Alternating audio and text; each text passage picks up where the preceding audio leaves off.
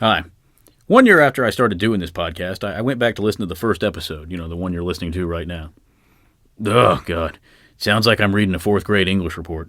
What do you expect? I've never done this before. Anyway, I'm just here to state that I think the quality gets noticeably better in later episodes. I move up to reading a 7th grade history report. Enjoy.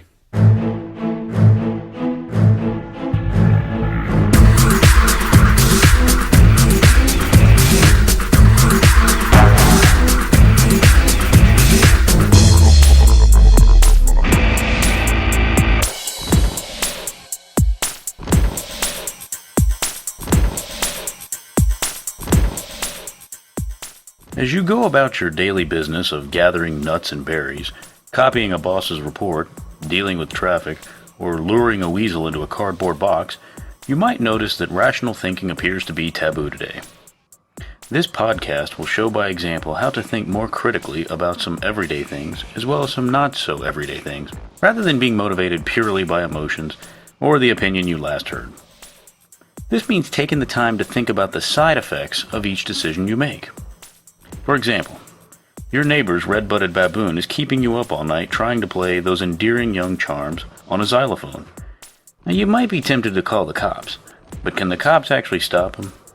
And will this just piss your neighbor off so much that he teaches his baboon to play the Remo Williams theme on bagpipes instead? Now, I suspect I'll be preaching to the choir, as many non-critical thinkers will find these issues boring and choose not to listen. Not that critical thinkers won't also find this boring. But I have two seldom used methods for getting my point across that may make this more interesting. One, I'm going to try to use information that we can all mostly agree on, opposed to reading historical documents, quoting more interesting people, or spouting useless statistics. What good is this? Well, it will hopefully show you that you often have all the information you need to at least explore an issue. In addition, too often people use misleading information, are misinformed themselves, or sometimes people even directly, intentionally lie. 14% of all people know you can use statistics to prove anything. And when it comes to historical documents, there's always the question of whether or not they're authentic. My goal is to reduce people's requirements on facts that just cloud the issue, and instead focus on the basic facts that you already know, unless you're Descartes. 2, I also plan to tailor this to be less scientific, to a degree. Too often, I hear people using pure logic, mathematics, and even physics to argue a point to someone who is more driven by their emotions. This will get them nowhere. Logic will not change the mind of someone who gets a warm, fuzzy feeling about believing in the flying spaghetti monster. My goal here is to show that people are in the equation. Human emotion is a factor. Great leaders are great leaders because they understand how to deal with people, their insecurities, fears, joys, their emotions basically. More people trust their gut feelings than logic, and my logic is never going to change their mind, but maybe it can open them to the possibility. Now, the topics on Logically Critical will be all over the board, so I suggest you listen to a few before you reach any conclusions. That being said, on to the first topic.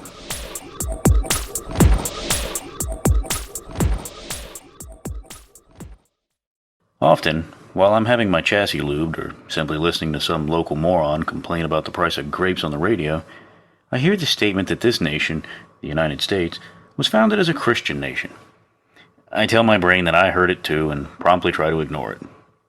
I assure you if you look into this, you'll find that to be an error, but that would require actual time and effort and the potential to be wrong. So rather than digging around through historical documents of questionable truth, let's focus on two things that most people will agree on: the 10 Commandments and the 10 Amendments. Now, I'm not saying we're going to agree with them, but that we all agree on their contents. There's much debate on whether the 10 Commandments have been correctly translated, and they often appear in abbreviated form. However, in this case, they'll serve my purpose, as I'm using the ones from the King James Bible, which, translation errors or not, most U.S. citizens go by. I'm not aware of any controversy regarding whether or not the 10 Amendments have been correctly passed down since they were enacted. I propose that we can look at these 20 rules and reach a conclusion. Now, having said that we'll only have to look at those 20 rules, I'm going to ignore that and look at yet another document, but remind everybody that neither the word God nor Creator appears in the Constitution. The Declaration of Independence uses both of these words, but that's not a document that governs us. That's a declaration of war, and history shows us that it's very easy to get people behind God to fight a war. Very few people put their life on the line for their country's economy. When viewed that way, it's easy to see that our forefathers were quite astute in their ability to both motivate and govern people. They knew God would aid one and hinder the other.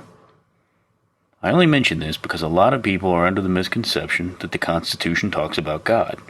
It doesn't talk about God any more than the Super Sugar Crisp bear does. Now first, something important to note about the 10 Amendments is that they were drafted the same year that the Constitution was ratified, which was 1789. They were all ratified at one time, which makes them collectively known as the Bill of Rights. Now, at the time there was some controversy about the need for a Bill of Rights, but the fact that the Founding Fathers started on these immediately after ratifying the Constitution means that the majority of the Founding Fathers very quickly saw an oversight on their part and decided to correct it. I cannot overstate that. These amendments, by definition of being the first, must be considered the most important holes our Founding Fathers decided to plug in the Constitution. If you're driving down the road and suddenly notice that your passenger is on fire and the bag of cat litter in the back seat is leaking, I bet you'll take care of the fire problem first. That's because it's the most important. If you truly want to know our Founding Fathers' intent, look at the first areas they altered. Here's the timeline. Constitution drafted, Constitution ratified, immediately the 10 Amendments were drafted, and then they were later ratified. They jumped on this immediately because people were already looking for loopholes in the Constitution, just like people do today when a law is drafted. These amendments were reactionary and were made to combat a very real threat. People were already looking for ways around the Constitution, and our forefathers wanted to stop this. I would also argue that something similar applies to the 10 Commandments. These are the first 10 rules God laid down and were the most important to Him. If you recall, Jesus came down and clarified some of God's rules, amending them, if you will. He repeatedly stated that the 10 Commandments are still true. Therefore, these are pretty damn important to Him, and I think most Christians would agree with that. Now, that being established, what is the first and therefore most important commandment from God? Thou shalt have no other gods before me. Quick side note, is it just me or does the reference to no other gods before me suggest the existence of said other gods? What's the first and therefore most important constitutional amendment from our Founding Fathers? Congress shall make no law respecting an establishment of religion, or prohibiting the free exercise thereof, or abridging the freedom of speech, or of the press, or of the right of the people peaceably to assemble, and to petition the government for a redress of grievances. Okay, remember that first part right there. Congress shall make no law respecting an establishment of religion, or prohibiting the free exercise thereof. So right out the gate, not only is the first commandment not upheld, it's completely unconstitutional. The First Amendment basically says the law has no place dealing with religious matters, period. Now back to the commandments. Number 2. Thou shalt not take the name of the Lord thy God in vain. Oddly, this also conflicts with the First Amendment from a freedom of speech aspect. According to our founding forefathers, you can say whatever you like to and take the Lord's name in vain as much as you like. What's the third commandment? Thou shalt not make unto thee any graven image, or any likeness of anything that is in the heaven above, or is in the earth beneath, or that is in the water under the earth. Thou shalt not bow down thyself to them, nor serve them. Now there are many interpretations of this, and I'm sure old King James made some changes from Hebrew. But the basic interpretation is you can't worship images or statues. However, if you read this literally, it says you can only make images or statues of things on land or things that don't exist, and you still can't worship them. Either way, the amendments don't touch this one with a 10-foot pole. They simply have nothing to say one way or the other. Okay, commandment number 4. Remember the Sabbath day to keep it holy. Commandment number 5. Honor thy father and thy mother, that thy days may be long. Sure, if you want to. No support or denial from James Madison and his cronies. Okay, so we're halfway through the commandments, and 2 are unconstitutional as a law, and 3 are simply not even addressed. Let's skip ahead to the last commandment. Number 10. Thou shalt not covet thy neighbor's house. Thou shalt not covet thy neighbor's wife, nor his manservant, nor his maidservant, nor his ox, nor his ass, nor anything that is thy neighbor's. Now some say that this one is in direct opposition with capitalism, something that the 10 Amendments really don't touch on. If you take out the wife part, that would be fairly accurate. But if you choose to look at this from Jesus' perspective, which seems to follow Buddhism, it suggests that wanting is the root of suffering. Surely if you've ever met the average teenager, you'll notice that they often spend heroic amounts of time thinking about things they don't have. They often appear unhappy. So maybe there's some truth there. But is our law based on this? Definitely not. Now we get to the more interesting commandments. Number 6. Thou shalt not kill. Number 7. Thou shalt not commit adultery. Number 8. Thou shalt not steal. Number 9. Thou shalt not bear false witness against thy neighbor. Now these are all very fine rules, and with the possible exception of adultery, I'm fairly certain that all of these are laws in every state of the Union. I'm not sure on adultery. It's illegal in my state, but adultery can be defined as the voluntary sexual act between a spouse and not their spouse. It says nothing about whether or not the not involved spouse is aware or consenting, and whether you agree or not, many couples willingly participate in swinging. If all parties are consenting, I don't see the problem. But anyway, aside from adultery, the remaining 3 are illegal in every state to my knowledge. However, these rules are generally agreed upon by all cultures. They were not unique even when they were created. These are good rules, but at their most basic, they say nothing for or against the existence of God, nor do they push any particular religious belief. So they're not really Christian, and therefore do not support the idea of a Christian nation. How would any culture survive if lying, stealing, and killing were accepted everyday practices? When it's all said and done, you have 2 unconstitutional commandments, 3 that are common rules in almost every society, 4 that are simply ignored by the law, and 1 that's kinda iffy. I think a very good case is made that our founding fathers were not very concerned with the 10 Commandments. To think so is to insult them or to be completely ignorant. Let me state this another way. The first 2, and therefore most important things to the Christian God, are unconstitutional. Furthermore, they're unconstitutional based on the first loophole our forefathers saw. The first thing they outlawed was the most important thing to God. They clearly weren't thinking of this as a Christian nation. If they were, the First Amendment wouldn't conflict with God's first commandment. Only 3 of the commandments does the U.S. uphold: no lying, stealing, or killing. And these rules are assuredly universally practiced. Well, that covers the 10 Commandments. But do you actually know the 10 Amendments? Many don't, so here they are. Paraphrased. Number 1, separation of church and state, free speech. Number 2, the right to bear arms.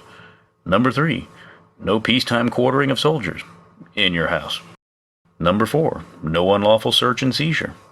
Number 5, and this one says a lot of things. Trial by jury required for capital crimes, no double jeopardy, cannot be a witness against thyself, better known as the 5th, right to due process, your private property cannot be taken without compensation.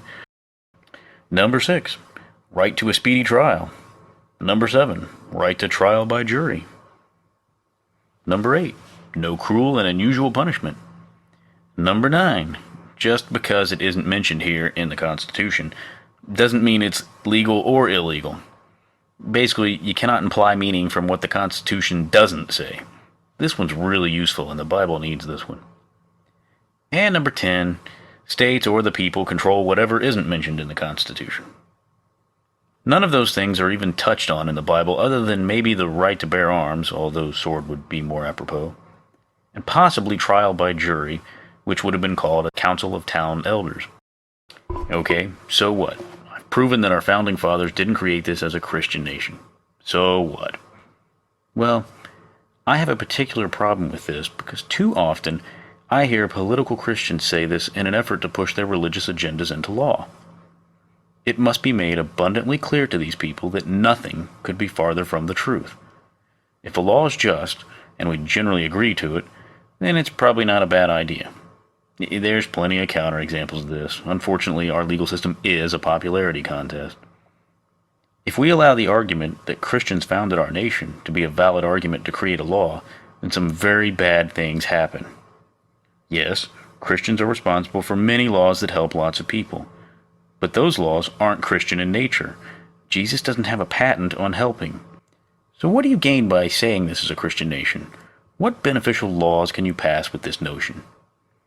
Can you help more people? No, non-Christians help people too. Can you prevent more people from being killed? When Christians can get the extremists from their own flock to stop bombing abortion clinics in the name of Jesus, we'll talk. Until then, I don't think the answer lies in God. Can you... I'm trying to think of another possibility. But I can't think of anything that isn't just directly Christianity. The only purpose of saying this is a Christian nation is so you can pass Christian-specific laws. Under the guise of saying you want to help save more people and their souls, you can ban contraceptives, provide tax breaks for churches, and eventually make it illegal to work on Sunday, which God repeatedly says not to do. Do you remember in school you learned that Galileo was condemned by the church for saying the earth revolved around the sun? The hell, you say? This being a Christian nation is totally against the First Amendment. It's good for the Christians, but the Jews don't care for it. And what about Buddhists? And any of the other religions in America? All you can do with Christian-only laws is suppress other beliefs, and it is clear to me that that is exactly what our founding fathers did not want. Why else would freedom of speech be a basic right? And even if you are a Christian, you wouldn't want to think this. Do you want the government dictating how you can worship? There's a lot of Christians that differ on their worshiping. Some think contraceptives are okay. Others don't. Some think women have no rights. Others don't. Some disagree with evolution. Others don't. I believe most people, regardless of their religion, are fairly middle of the road and not fundamentalist. You don't want the government suddenly telling you that something in the Old Testament must be adhered to. Most Christians I know dismiss the Old Testament, ignoring the part about how to mark your slaves and King David being a peeping Tom, even though the Ten Commandments are in that Old Testament. Do you know the Old Testament is full of animal sacrifices? And not just any animals, your best animals. Do you as a Christian want that to be enforced? In equal parts, the First Amendment is meant to protect the church from the government as well as protect the government from the church. This is a nation where there are more Christians than there are any other group of believers or non-believers. This is not a Christian nation, and the only reason you'd say it is so you can justify persecuting non-Christians. In addition, so you can justify persecuting Christians who simply disagree with your brand of Christianity. Jesus would be proud.